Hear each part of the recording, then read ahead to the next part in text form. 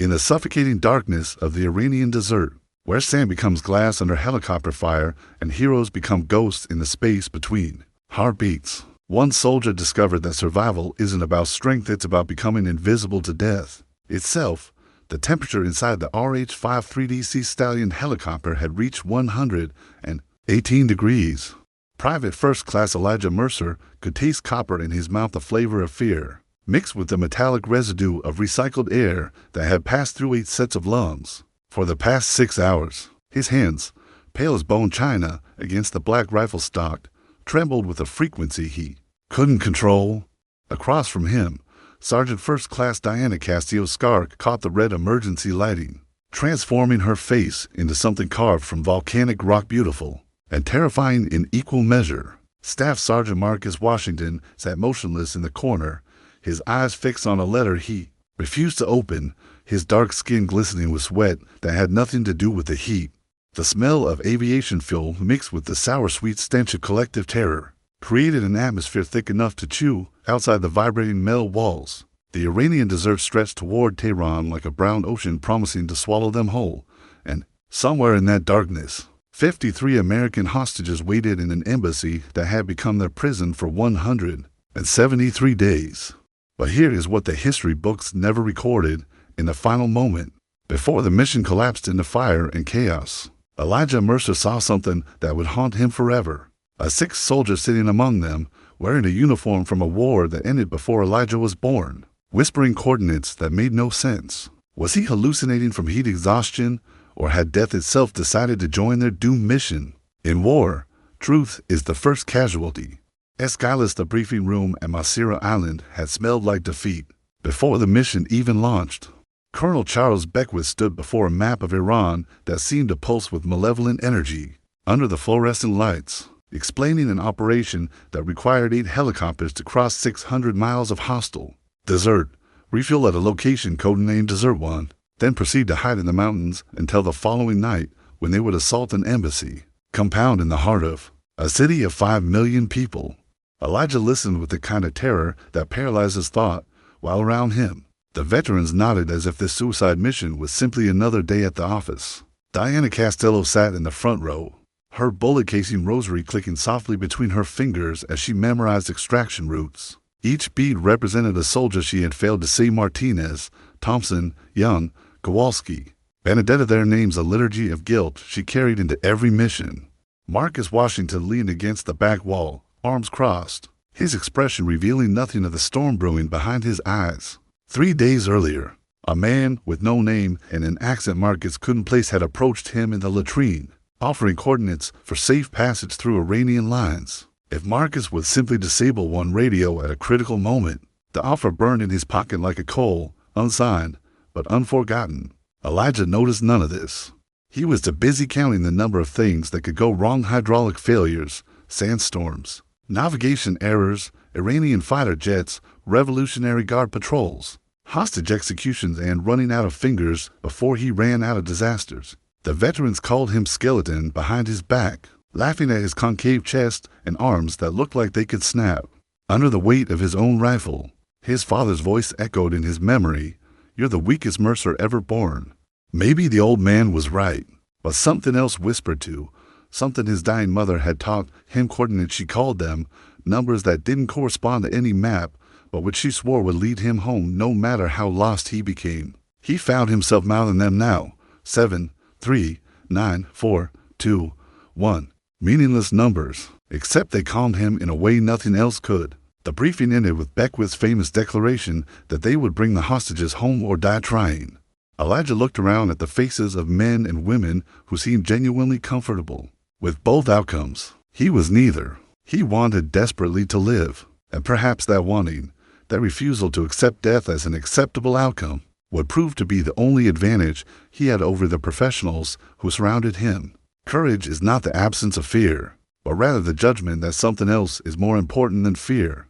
Ambrose Red Moon, 6 hours into the flight, the desert began playing tricks. Elijah pressed his face against the porthole and saw a mansion rising from the dunes. European architecture, elegant, impossible. But the mansion had no door. Where an entrance should have been, only a smooth white wall existed. He blinked and it vanished. Diana saw it too, though she would never admit it. The doorless mansion had appeared in her dreams since childhood, always before disaster. She had seen it the night before her first failed Delta selection. She saw it now, hovering beside the aircraft with impossible physics. Marcus saw neither mansion nor warning. He saw only the unopened letter from his daughter, the 12-year-old he had never met. What could a child say to a ghost father? The contact's offer circled his thoughts like a vulture. Safe passage, one disabled radio, a chance to actually meet Jasmine. Outside, the hubbub began building. Private Henderson suddenly gripped Elijah's arm. You see him too, right? The sergeant in the corner. The old uniform. Elijah's blood turned to ice. In the back sat a figure in World War II dress, face shadowed, hands resting on knees that might not be solid flesh. The figure turned and looked directly at Elijah. Its lips moved, cutting through rotor noise. The coordinates are wrong. Change course to 7-3-9- for -2-1. The helicopter shuddered, entering the sandstorm. When Elijah looked again, the seat was empty. Where did he go? Henderson demanded. Elijah had no answer. Somewhere in the howling darkness, machinery began to fail. I am not afraid of an army of lions led by a sheep. I am afraid of an army of sheep led by a lion. Alexander the Great, the first helicopter to fail, was Bluebeard 3. Its hydraulic system surrendered to infiltrating sand, and the pilot managed a controlled descent while 7 aircraft continued toward Desert 1.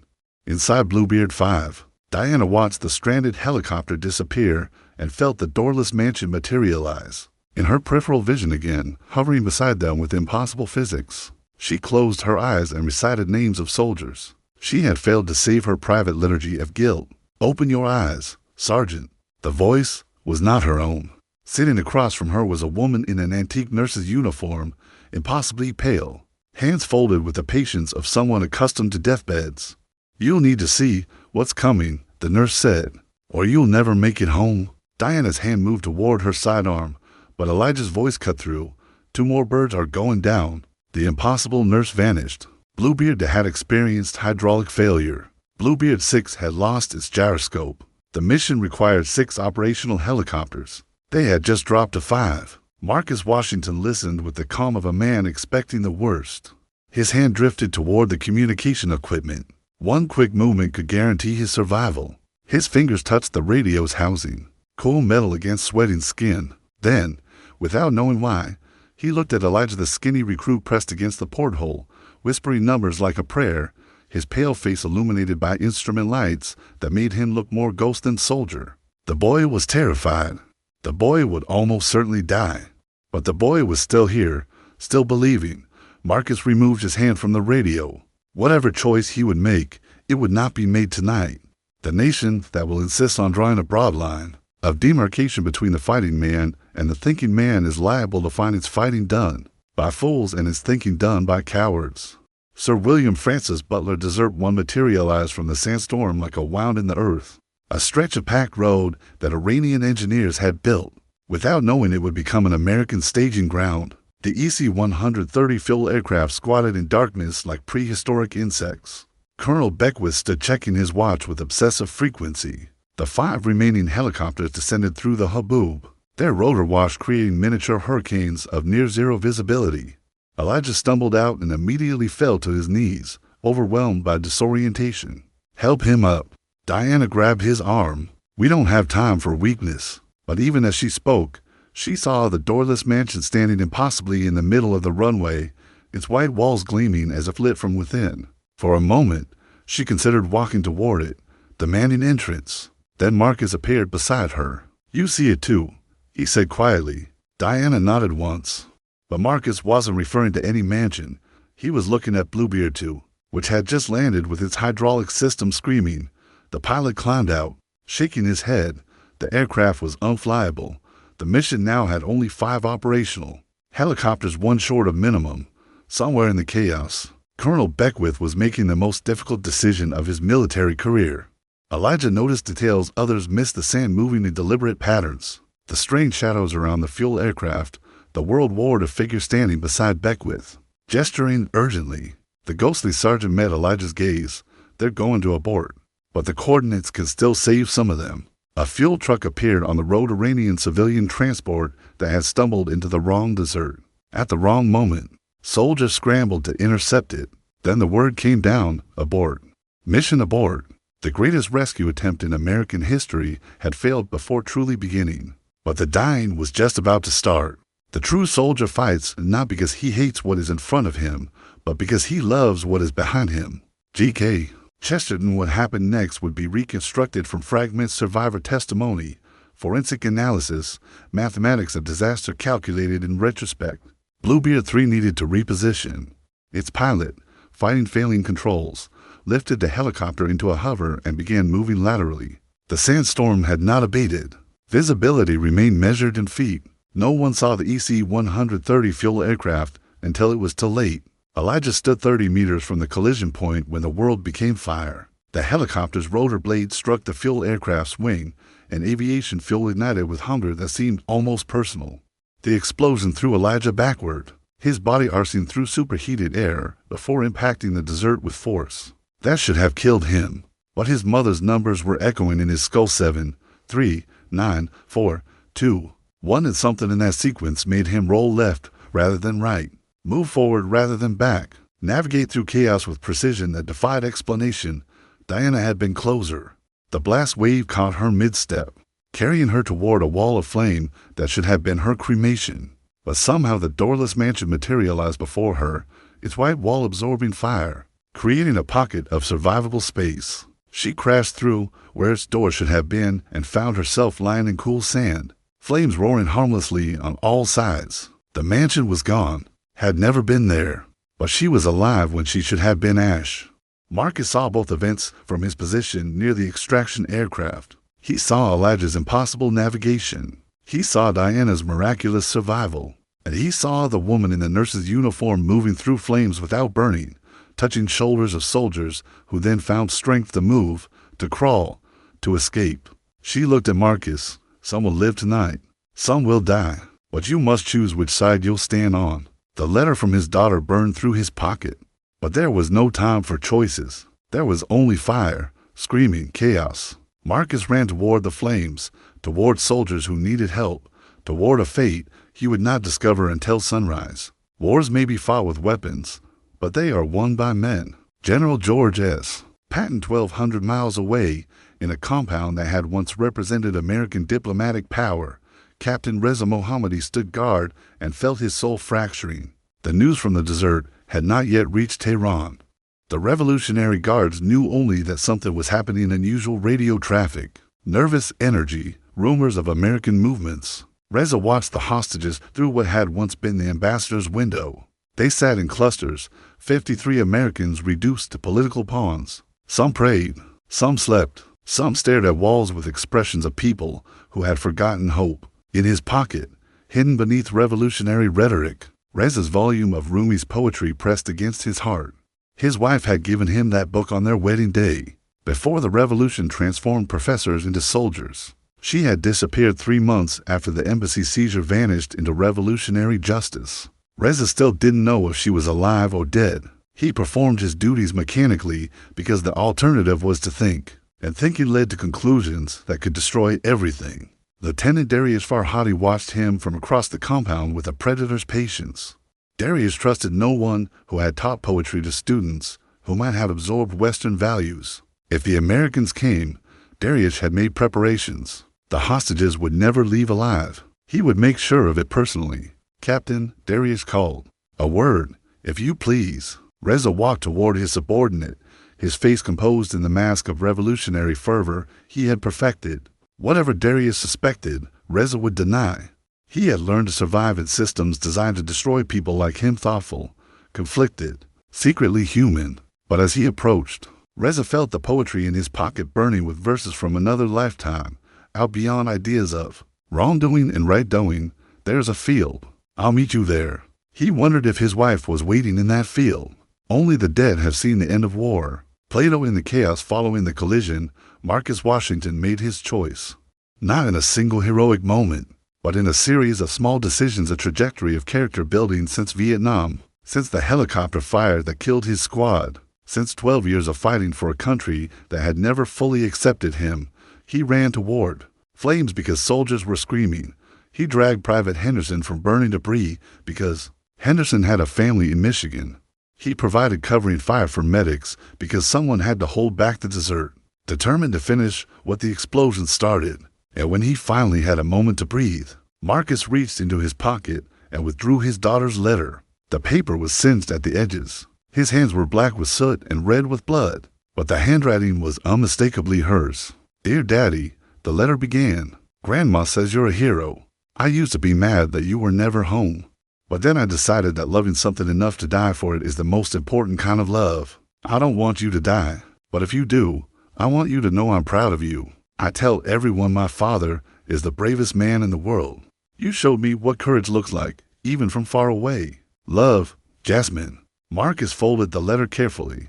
The contact's offer, the temptation of betrayal all evaporated in his daughter's words. He had been serving a country that barely tolerated his existence. But Jasmine didn't care about any of that. She only knew her father was supposed to be brave, and somehow that imagined courage had become real. He would not betray these soldiers. He would fight alongside them until the desert either killed him or released him. And either way, his daughter would know her father had been exactly the hero she believed him to be. Somewhere in the flames, the woman in the nurse's uniform smiled a smile Marcus somehow sensed from across an unbridgeable distance. Then she was gone, and there was only the mission, the dying, and the desperate fight for survival. What we do for ourselves dies with us. What we do for others and the world remains and is immortal. Albert Pine Dawn came like an accusation over Desert One. The sandstorm had passed, leaving clarity of light designed to illuminate the full disaster. 8 American servicemen lay dead among the wreckage, 5 from the helicopter, 3 from the fuel aircraft. Their bodies would be left behind when survivors evacuated. Elijah Mercer sat on sand fused to glass by explosion heat, staring at his hands. He was alive. He didn't understand why, but he was alive when stronger men had died. His mother's numbers kept cycling: 7, 3, 9, 4, 2, 1 seeming less like coordinates and more like prophecy. Diana found him there.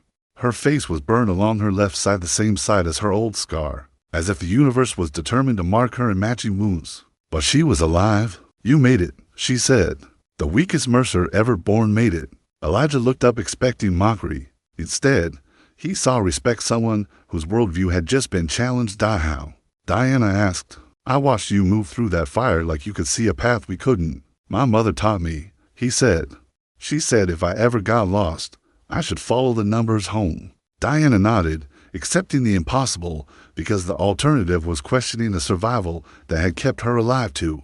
Maybe mothers know things the rest of us don't. Across the landing zone, Marcus was helping load wounded soldiers. His hands were steady, his choice made, his conscience clear for perhaps the first time in 12 years. The mysterious contact would wonder what happened to his asset. The Revolutionary Guard would never receive the disabled radio. And somewhere in Michigan, a 12-year-old would eventually learn her father had been exactly as brave as she believed. Elijah was last aboard, taking one final look at the wreckage. He had come as the weakest link. He was leaving as something else. The helicopter lifted off. Behind them, Desert One became memory, wound, lesson. And somewhere in the fading sandstorm, a figure in a World War II uniform watched them go. Its mission complete.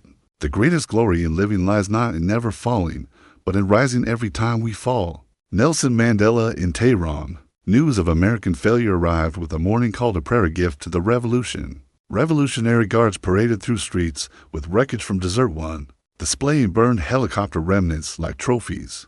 Crowds celebrated the humiliation of the great Satan. Captain Reza Mohammadi watched from his post at the embassy, feeling something break inside him. The Americans had tried. They had risked everything to rescue the hostages he was ordered to guard, and they had failed not from lacking courage, but because the universe had conspired against them. He thought about the 53 hostages who had just watched their last hope evaporate. He thought about his wife, vanished into the revolutionary machine, probably dead. He thought about his children, growing up in a country demanding they hate everything their parents had loved. And for the first time, he allowed himself to imagine what it would mean to help rather than guard. Lieutenant Darius found him at the window. The true believer's face was flushed with triumph. "Today we have proven Allah protects the faithful," Darius declared. "The hostages should be executed to complete the victory. That decision is above our ranks," Reza said carefully. "We follow orders." Darius's eyes narrowed. Orders can be anticipated. If the Americans come again, we must deny them any victory, even if that means blood on our hands. I understand your position, Reza said, but we will follow orders. Nothing more. He walked away before Darius could respond, his heart pounding. The poetry of Rumi pressed against his chest.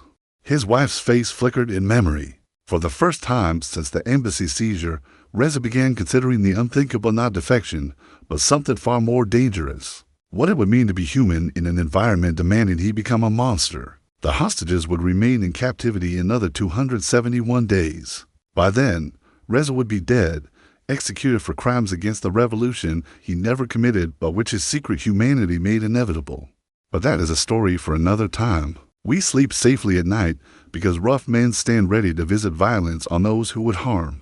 U.S. George Orwell. The debriefings lasted weeks. Congressional committees demanded explanations.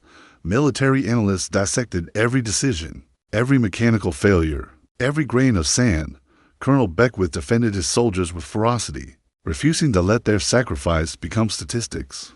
Elijah Mercer sat through interview after interview, repeating his account until words lost meaning. No one asked about the figure in the World War II uniform. No one inquired about his mother's coordinates. They wanted mechanical explanations for mechanical failure. They got what they wanted, and truth remained buried with the 8 soldiers left behind. Diana Castello received a commendation for her actions pulling wounded from wreckage, providing covering fire, leading by example. Her burned face would never fully heal. The doorless mansion stopped appearing in her dreams. She didn't know if that meant she had found the entrance, or if the warning had served its purpose. Either way, she returned to active duty within months. Marcus Washington went home, not to Army barracks, but home to Michigan, to his mother's house, to the daughter who had never seen his face except in photographs. He rang the doorbell on a Tuesday afternoon, still wearing his uniform, still carrying the letter that had saved his soul. The door opened. Jasmine stood there, 12 years old, her mother's eyes and her father's stubborn jaw. "Daddy," she whispered, "you came home." Marcus fell to his knees and held his daughter for the first time, tears streaming down a face that had witnessed horrors he would never describe. Love filling spaces empty for so long he had forgotten they existed. His country still didn't treat him as equal, but Jasmine was in his arms, and nothing else mattered. He finally understood what he had been fighting for, not a flag, but this moment, this embrace, this daughter who believed in heroes and had somehow made him become one. And Elijah? He returned to Nebraska, to his father's farm, to fields of wheat his mother had loved. He walked through the front door with the posture of a man transformed. His father looked up from the kitchen table, surprised, and something that might have been guilt flickering across features. That had perfected disappointment. "You made it," the old man said. "Yeah," Elijah replied. "I made it." Then he walked past his father, into the wheat field where his mother had taught him to see patterns in chaos. He stood there until sunset. The ghost in the World War II uniform stood beside him as light faded. "She was proud of you," the ghost said. "She always knew you would survive." "Who are you?" Elijah asked. "What are you?" The ghost smiled. "I'm the part of her that refused to leave you alone. This won't be your last impossible night, Elijah Mercer. But when the next one comes, you'll be ready." The figure faded with sunlight. Elijah stood alone in the field that had become sacred ground. He knew one thing with absolute certainty. He was no longer the weakest anything. He was a survivor. And survivors had a responsibility to the dead to live fully, to fight fiercely, to carry forward the mission the fallen could no longer complete. Victory belongs to the most persevering. Napoleon Bonaparte years passed. The hostages were released, their captivity ending for 144 days after it began. The wreckage at Desert One was removed, studied by engineers who understood metal, but not magic. Operation Eagle Claw became a case study. In military academies, an example of how ambition can exceed capability, how courage can be defeated by circumstance. But the desert remembered other lessons no textbook would record. It remembered the figure in the World War II uniform, guiding survivors through flames. It remembered the doorless mansion, creating shelter where none should exist. It remembered the woman in the nurse's uniform, moving through chaos with the calm of someone helping soldiers survive. Since before any of them were born, Desert One remembered the choices made in its San Marcos, deciding to fight rather than betray. Diana forcing her burned body to keep moving. Elijah following impossible coordinates through impossible fire. It remembered Reza Mohammadi in Tehran, beginning the quiet rebellion that would cost him his life, but save souls he would never meet. The desert remembered, and the desert kept its secrets for those who knew how to listen. In Washington, the disaster led to creation of the United States Special Operations Command designed to prevent failures that had plagued the Iran mission. Out of catastrophe came capability. The 8 soldiers who died were honored in ceremonies their families attended with grief and pride. Their names were inscribed on memorials that would endure long after politicians were forgotten. But the true memorial was written in the lives of those who survived Marcus's relationship with his daughter, Diana's continued service, Elijah's transformation from weakest link to living testament. They carried Desert One inside them like a second heart. The mission had failed. 8 Americans had died. By every objective measure, it was a disaster. But for the survivors, the mission had taught something success could never convey. It taught that survival is not about strength. It is about faith in coordinates that make no sense, faith in ghosts that guide through fire, faith in the human capacity to choose courage even when betrayal offers an easier path. It taught that the weakest can become strongest, that the faithless can rediscover purpose, that the haunted can find peace. And it taught that some stories never truly end, they simply pause, waiting for the next impossible night, the next fire to walk through, the next opportunity to prove that the human spirit is more durable than any helicopter, more resilient than any mission plan, more enduring than any empire that rises and falls in sand. It is not the critic who counts, not the man who points out how the strong man stumbles. The credit belongs to the man who is actually in the arena. Theodore Roosevelt 40 years later. An old man with thin blonde hair gone white stood in a Nebraska wheat field, watching sunset paint the stalks in colors his mother would have loved. Elijah Mercer had lived a life he never expected, married, raised children, buried friends, watched grandchildren take first steps across the same soil, where he had once felt like an eternal disappointment. The coordinates still whispered in his memory sometimes, usually when guidance seemed needed. They had led him through 3 more military deployments, to failed marriages that weren't failures so much as evolutions, and one cancer diagnosis that should have killed him but somehow didn't. His mother's numbers, it seemed, had more than one application. Diana had died the previous year peacefully, after a life spent charging toward danger as if convinced the doorless mansion would always create shelter when needed. Her funeral was attended by soldiers from for decades of service, who spoke of her in terms reserved for saints. Elijah had given the eulogy, speaking of a woman who taught him strength comes in forms the weak never recognize until circumstances reveal it. Marcus had preceded them both, passing 5 years earlier with Jasmine at his bedside, his daughter now a grandmother herself. His letter, that first letter from his daughter, had been framed and hung in the family home, a reminder that the right words at the right moment can save a soul. And now Elijah stood alone in the wheat field, the last survivor of a night history remembered as failure, but which he knew had been something far more complex. He was not waiting for death. He had stopped being afraid somewhere around his second grandchild's birth. He was waiting for something else, something he had been waiting for, since a dying mother whispered numbers into his ear and promised they would always lead him home. The sunset deepened. The wheat rustled in wind, carrying voices from long ago. And there, on the edge of the field where shadows gathered like old friends, the doorless mansion finally appeared, except now it had a door. A white wooden door, simple and beautiful, set into a wall that no longer seemed designed to keep people out, but to welcome them in. Standing beside it, the figure in the World War II uniform smiled with a face suddenly impossibly familiar. She looked exactly as she had in the last photograph, young, vibrant, alive with a love cancer had never managed to extinguish. "Hello, sweetheart," his mother said. "I've been waiting for you to find your way home." Elijah walked toward the door, toward the mother who had never truly left him, toward the coordinates that had guided him through fire and failure and 40 years of living fully, because he understood what a gift each breath represented. Behind him, the wheat field remained unchanged, enduring, keeping secrets. The door opened, light poured out, warm, golden, impossible. And Elijah Mercer, the recruit who survived when all veterans fell, stepped through into whatever waited beyond, following his mother's numbers one final time. Home at last. Death is not the greatest loss in life. The greatest loss is what dies inside us while we live. Norman Cousins, some stories end with answers. This one ends with questions that echo longer than any resolution could satisfy. Did Elijah truly see ghosts, or did trauma create guardians from the fabric of desperate need? Did the coordinates have power, or did believing in them create the courage to survive? Does it matter? In the desert, where heroes died and one unlikely survivor found his path, the line between madness and miracle dissolved into sand and wind and the eternal mystery of why some live when all logic says they should have died. Perhaps that mystery is the only answer worth finding.